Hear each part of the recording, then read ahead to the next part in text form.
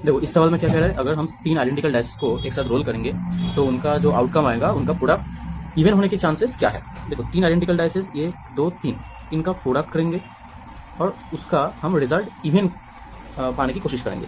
देखो एक डाइस का 1 2 3 4 5 6 तीन ही ये सारे प्रोबेबिलिटी है। एक डाइस को अगर हम उछालेंगे तो देखो ऑड कितना है 1 3 5, तीनों ऑड है।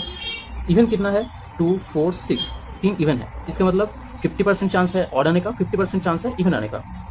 इसको हम एक साथ कह सकते हैं probability of odd plus probability of even equals to 1। We know that, क्योंकि ये 50% होता है और ये 50% होता है, ठीक है। लेकिन यहाँ पर हम लोगों को क्या दिया गया है कि 3 डाइस दिया गया है। 3 डाइस का प्रोबेबिलिटी क्या होगा, देखो एक डाइस में प्रोबेबिलिटी 50% होता है, इसमें भी 50% होगा, इसमें भी 50% होगा। 50% का मतलब 1/2। तो तीनों प्रोबेबिलिटी का प्रोडक्ट क्या होगा, ये होगा 1/8। देखो अब ये 1/8 क्या है, probability of getting even. No, अगर हमें ये रिजल्ट ऑड लाना है, देखो ये जगह है, अगर हमें रिजल्ट ऑड लाना है तो हमें तीनों का प्रोडक्ट में भी सबको ऑड लाना होगा। ये भी ऑड होना चाहिए, ये भी ऑड होना चाहिए, तभी ये रिजल्ट ऑड आएगा। देखो इधर 1, इधर 5, इधर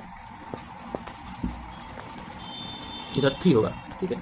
तीनों ही ऑड नंबर होते हैं, तभी ये रिजल्ट ऑड आएगा। अदरवाइज अगर मैं इसको एक जगह को मैं इवन कर दूं तो ये क्या हो जाएगा, ये हो जाएगा 30 इवन नंबर। लेकिन मुझे अगर ऑड निकालना है तो इन तीनों को ही ऑड बनना पड़ेगा, ठीक है।